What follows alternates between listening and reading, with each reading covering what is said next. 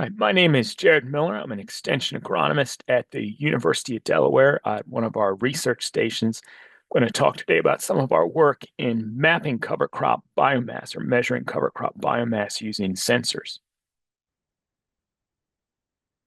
So cover crops in grain production are very common here in the Mid-Atlantic. They're noted for a lot of their benefits, which include covering the soil and preventing erosion. That's where the name cover crops come from. They're very good at covering the soil or in fallow periods and making sure during heavy rainfall events or any rainfall event that we don't have erosion coming out of the field. They also can provide sustainable nitrogen cycling. A legume could provide nitrogen, biological nitrogen to the soil, while rye is promoted in our region for pulling nitrogen out of these soils in the wintertime, making sure it doesn't run off and leach out of the system. They can also act as a good mulch. They are very good at suppressing weeds when the mulch is big enough, and they can conserve soil moisture. We've seen that here in Delaware, where a biomass mulch on the surface will actually retain moisture in some of our rain-fed soils. And they're also promoted for extending the growing season for soil biology, meaning that they are there in the field, their roots are present during fallow periods, and they make sure that there's something for soil biology to work with. But there are also drawbacks with cover crops. We promote them for their benefits. We want people to plant them for the benefits. But in terms of management, you have to understand all the issues that might come with them, which include preventing seed to soil contact and reducing germination in your soil that way. And we've seen that with corn here. They can harbor pests. They're a living plant, and even that dead residue might attract slugs and armyworms and other insects. They can also act as a green bridge for disease, which would include the roots in the soil as well as the biomass on the surface. And in drier climates, we don't see this in Delaware as much, but they are known to steal soil moisture. So while they can conserve soil moisture during the growing season, in a drier climate where you have less rainfall, that evapotranspiration can cause your soil to dry out. So when you plant your seeds, there's not your cash crop, there's not moisture there available. So there are benefits to cover crops that we promote. There are also drawbacks, but it's all built around the biomass that's produced. Whether you have these drawbacks or the benefits, you have to have the biomass to do it. And the more biomass you have, typically the better the benefit is. There's a max, but it's typically the better benefit there is. An example here we have is rye terminated at different stages, and you can see this corn emerging from the soil in these different stages. So all on the left here, we have rye with no cover at all. So we had no cover crop over here, and you can see this lack of residue, some corn residue before, but there's no cover crop residue. Then we had rye killed it at about the F5, terminated at the F5 stage. And you see a little bit of residue here in the field and along the edges. And then you get to if you terminate it 7 days or 7 days prior to planting corn or the boot stage. And here you have a lot more residue. Just by waiting a little bit longer, you have more residue. And then at planting, what we call planting green, you can see all the way on the right. Even though this corn has emerged probably about 10 days after we planted, the rye is still green in this field, so there's still residue. So while you might have greater biomass by waiting later, in terms of the nitrogen we look at in these soils, the rye at F5 has a C to N that's less than 30, which means it'll probably provide whatever nitrogen you took out of the soil, it'll probably provide back to your corn. Whereas when you get terminating at this stage, it's above 30. It's not going to readily release that nitrogen in the growing season, maybe later in it, but it's going to be a lot slower. And by the time you get to at planting, that C to N greater than 40, we don't expect a lot of nitrogen contribution during this growing season. But that's all related to the stage it's terminated at, but also the amount of biomass. So if we push for more biomass in this case to build it up as maybe a mulch layer, this rye also might cause us a nitrogen issue. So these benefits and drawbacks are associated with biomass, and we really want to understand how much is in the field so we can look around that management of the cash crop issues we might have. So the question is, how do you control biomass? Planting a cover crop is exactly like a cash crop. You're looking at maximizing a yield. And in this case, it's biomass that we're looking at, but much like a forage. So instead of looking for grain, we plant these to build up as much green as we can so that we can get that biomass in the field. And the simplest way is growing degree days. So we will recommend that people plant earlier in the fall and then terminate later in the spring. Give it a lot of time to grow. The earlier you plant, the better start it gets, but you can make up for it in the other end. If you can wait to terminate, it will catch up in the spring. You can get biomass out of it that way. We also select cover crops for biomass. Rye itself is championed as a major source of biomass, but that's really because it gets started early and it does well early in most climates. Legumes will build a lot of biomass. And in this picture here on the left, you're actually looking at a rye vetch mix. And if you wait, you can get a lot of biomass out of it. A lot of us like to get started planting, so you don't like to wait, but you can get biomass out of a legume that matches rye if you give it that time in those growing degree days. You can also fertilize, which is usually frowned upon for cover crops, but if you want biomass, you can fertilize them. Then there are things out of your control, which include the environment.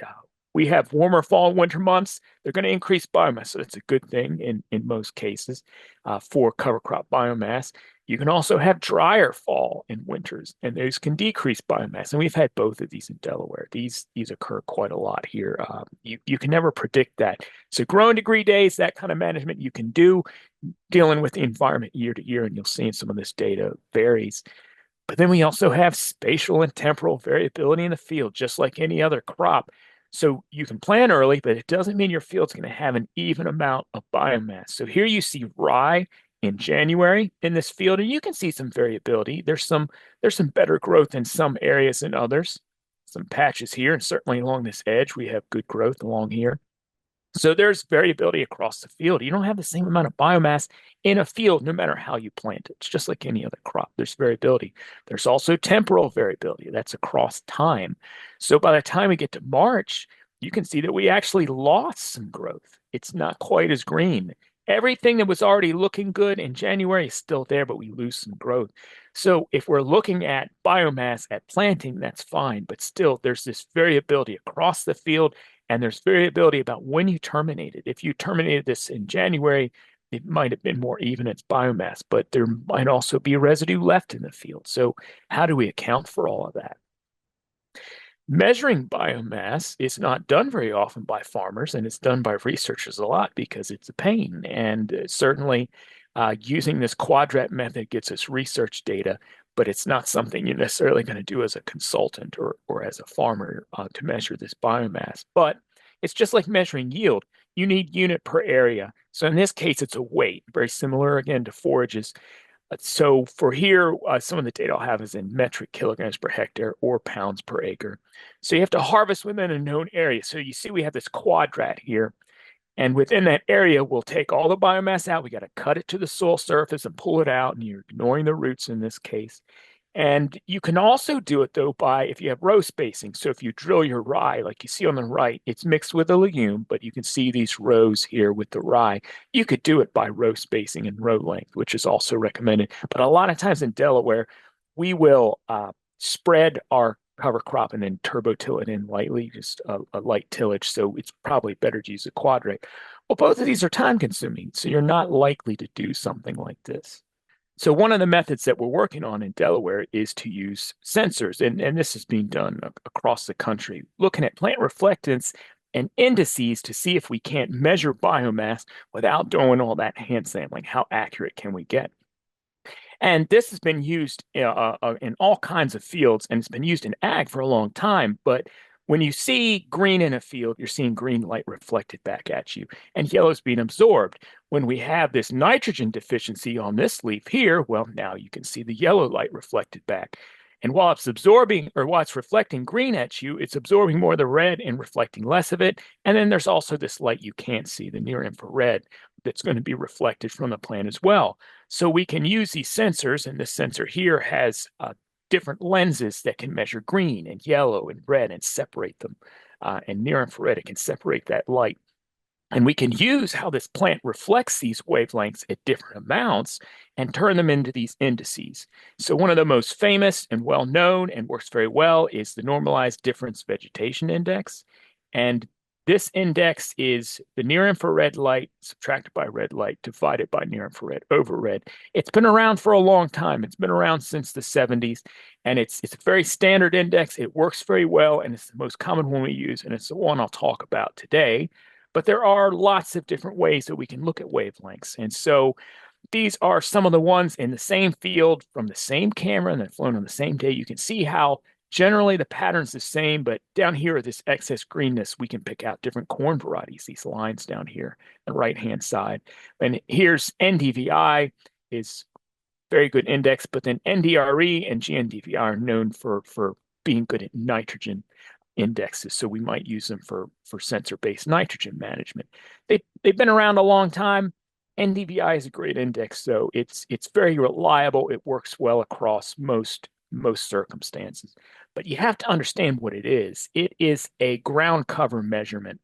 So here we have soybean planted on 30-inch rows and planted in 15-inch rows. So then NDVI is really looking at that greenness. It's looking at canopy coverage.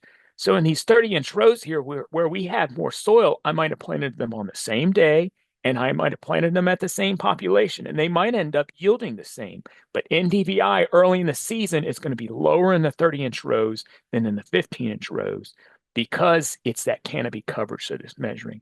So the problem with this is as your canopy gets denser, NDVI gets higher, we start to have errors in the measurement of biomass. And a good example would be a forest versus corn. If you have corn fully canopied and you have a forest next to it, their NDVI measurements might be very similar, but the biomass in that forest is going to be much higher. So we have to find a way to get around that. And this graph is a good example of these issues that we have with the saturation of the index. So on the left here, we have NDVI. As it goes up as our biomass increases. So leaf area index is just leaves per area. So we use it as another measurement of biomass. As our biomass increases early on, it's fairly linear. We have a good relationship. We can almost draw a straight line, have a nice regression, and a very good relationship to describe it. But as our plant keeps growing and it canopies over that soil, but keeps getting taller, it ends up saturating out. And past this point, the relationship is a lot more difficult to predict, especially here when it flatlines. You can build biomass a lot. And NDVI maxes out at 1. It can't go any higher than 1 anyway. So we end up being able to predict lower biomass situations in a field, but we're not so good later on when we have a lot of growth. So if we're trying to push cover crop growth, how do we get around this issue? So the question then becomes, well, when do I use this sensor? Do I need to use it earlier if I have less biomass? And the answer would be no, in general. If you want to know how much biomass is in your field that's going to affect the crop, how much nitrogen is provided, how much of a mulch layer do I have, you want to fly as close to termination as possible because anything could happen after or before that point in terms of the overall growth in the field. So we definitely fly or grab this is drone-based sensor data. You can use satellite-based. You can use handheld sensors to collect this information. We basically want to gather this data as close to the termination timing as possible because that reflects the biomass that's going to interact with your cash crop, most of that biomass. But you can collect data prior to termination as many times as you like. And I've done that, and it works very well at predicting certain situations. So this is some of the data that we have that we published that shows 3 years of looking at cover crop mixes. We had rye, we had a control, and then we had rye mixed with clover and rye mixed with a hairy vetch. And you can see that there's a little bit of variation by year, and we'll get to that. You see 2020 itself has a bit of a difference here, but 2019 and 2021, as long as your biomass is low enough, that's a pretty straight relationship. So we can predict at that point. We can look at this and give somebody a recommendation. If your NDVI is this, you have this much biomass in your field. So if we can map a field, we can provide that data. But if you push it past about 5 megagrams per hectare, or about 4,400 pounds, or about 4 tons, let's say about 4.5 tons of biomass. You get past this point, we don't know how much is there. You see it's flat. Even though our biomass is increasing, our NDVI can't increase anymore. So we don't know past this point how much biomass you have. And we want people to build more biomass. So how do we provide this kind of information? And then you see here in 2020, everything goes a little haywire. We've got points that are way off this graph. So what happened in this case? If we look at this data a different way, if we look at it as the cover crops themselves and not just by year, you can see these control. You can see weeds. Weeds have a little bit of biomass, and weeds grow over and canopy over the soil somewhat and saturate it a little bit. But you see that it's this rye out here. 2020, our rye is way off. And our legumes have a lot of ground canopy coverage. So you build that biomass in legumes, it's hard to predict that biomass that's there because it canopies over that soil versus the rye. So legumes have good ground cover. Well, that's a good thing. They build biomass, but how are we going to predict it with a sensor? So we can see that some of our error there comes from later termination of rye and also that building that biomass and later termination of the clover. So timing of the sensor readings matter. And you can see that rye at low biomass was fit in a line, but later higher biomasses wasn't. And it's a property of the timing and the plant itself.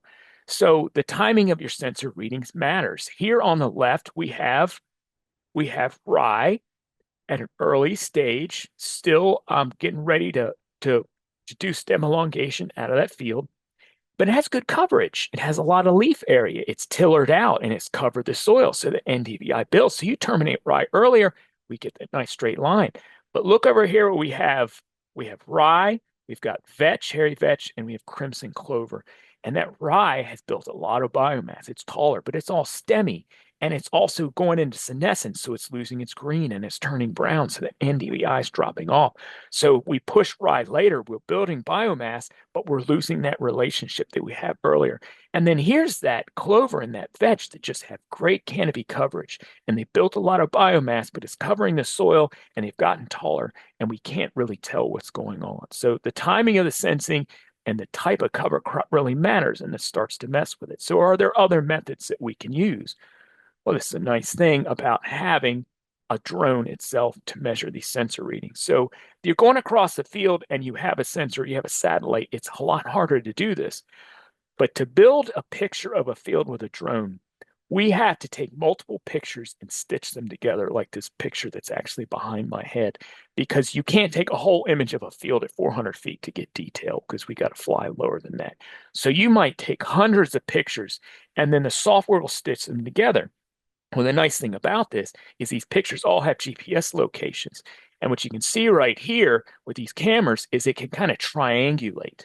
It can look at the location of the drone and the location of where that plant was in each picture, and it can start to calculate a height. This is very much similar to how they created topographic lines on maps, stereoscopy, how we make these kind of maps in the past. And it works as well. Structure from motion is the name of this, but the data that you get out of it's called a digital surface model. So you can get plant heights from that. So here's the same data as a plant height. And what you can see to start off with is 2019 and 2021 match up very well. And we don't have that saturation. It's linear because if you can map that plant as it grows taller, now you can match it to biomass better. You don't get that saturation because you're measuring and estimating a plant height, but there's errors with this. This is software estimating from drone imagery that's has GPS that should have RTK, but might not know its location exactly. And it's software estimating a surface. So it's going to have errors. And you can see, again, 2020, those really high biomasses, we have a pretty good straight relationship, much better than if we use NDVI by itself, but it doesn't match up with the other 2 years. So this is a potential issue with how we use the software and how we understand how this works. And I'm an agronomist, not a remote sensing specialist. So this probably won't be something I figure out on my own, but there's potential here for this to work for us. The other thing that we can do is it's so easy to collect the sensor data now. Now that we have access to satellite imagery easier, now that we have drones with sensors mounted on it, now that we can mount sensors onto our equipment, we could take multiple sensor readings over the season. And with a drone, it's incredibly easy, especially if it's a research plot, to get out there very often. And we had no plan in doing this. I just liked flying the drone. So we collected a lot of information. Each one of these points is a flight date in 2019, 2020, and then 2021. And then we have temperature on here and rainfall. So here's your temperature. And then we have, or here's temperature, and then we have rainfall coming right across this graph. So within here, what you'll notice in this field is I put these two arrows in here at these two different dates. So early on in planting, you can see a rapid growth, particularly of the rye, but also of legumes. Here's your control plot. Here's your weeds, not really growing much. And then we have, this is freeze damage. This is about February in here in Delaware. And it happens in 2019 and then 2021. We have growth and then we have freeze kill the cover crops. So now we can witness that with these sensors. Easy measurement to get. You don't have to go out and collect biomass by hand. You don't have to, you're just taking pictures and you're analyzing this and you get this information. And then you can see the spring when it warms up, this biomass really take off. So now we've learned something about how these cover crops are reacting in the wintertime and how they built up biomass and froze, but maybe that biomass is still there as dead tissue. We can start thinking about that. And then you can see why we had that issue in 2020. It was moderately warmer, just moderately warmer, just enough that our cover crops had a lot of growth before they hit this freeze period. And our NDVI here that we're looking at maxed out very early. It's equal to the NDVI we get later in the season in the other 2 years.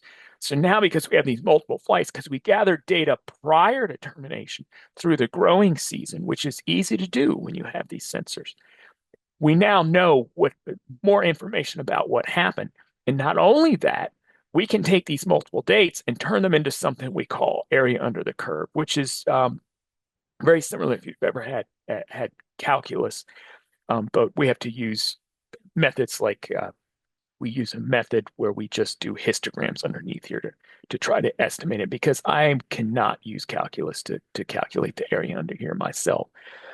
But if you look at this, how I've drawn, I'll just back it up and bring it back in again. Underneath that curve, imagine this is a field. So you know the acreage of that field. If we can draw across here, if we can estimate this area that's within this entire region, we have an area of this. And now we know the area of all of these are different. So here's your rye early and your rye not growing so well over here, whereas your legumes grow a lot better. They all going to have different areas underneath them. So we can calculate that. And this is important when you look at how these cover crops over the season have changed. And this is rye in one field in Delaware. So here it is planted in October. It's emerged. You can't see it very well. By November, a great stand, fully covering the field very well. There's some variability across here, but it looks very good. Look what happens when we get to March. We've had a lot of deaths of the cover crop. It didn't make it through the winter. So here is probably just some nitrogen is left in the field. It's cover crops a little more hardy. Maybe it had a little more moisture to get started. But we had a good stand that could have affected soil properties, that could have affected soil biology, that could have affected nitrogen cycling, but then it was gone. So if we terminate this in March, only measure this biomass, we're not getting the full picture. And that's what multiple flight dates can get you. And so this is the data lined up. This is the data you've already seen where we sampled it. We flew it on the day of with the drone. But so here's your rye hanging out here by itself. Here's our saturation point where we're really not getting beyond about 3 tons per acre right at that point. We can't tell above 3 tons per acre of biomass what's out there after they can just keep growing.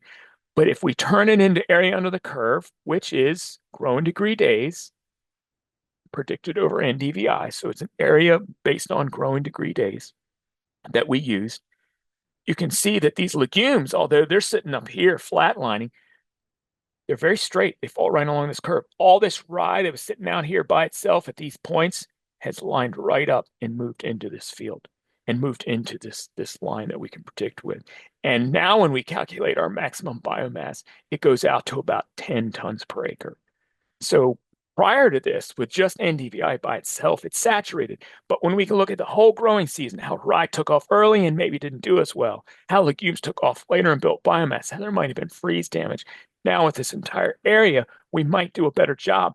And this is pretty much this 10 tons per acre. We're not going to do much better than that in Delaware. That's a very high amount of biomass for us. So this method might actually improve our ability to measure cover crop biomass. However, it's one study done across 3 years in specific cover crops and would need to be repeated to really know how well we can accurately do this. But it can certainly doesn't have to be done with drones. It could be done with satellite imagery as well. And one of the projects that we're working on now to do that comes back to biofumigates, mustards as a biofumigant. These mustard cover crops, which I hadn't dealt with until recently, they build a lot of biomass and they build it quick. And when you plant batters, so you can see August planting and October planting and September plantings on here.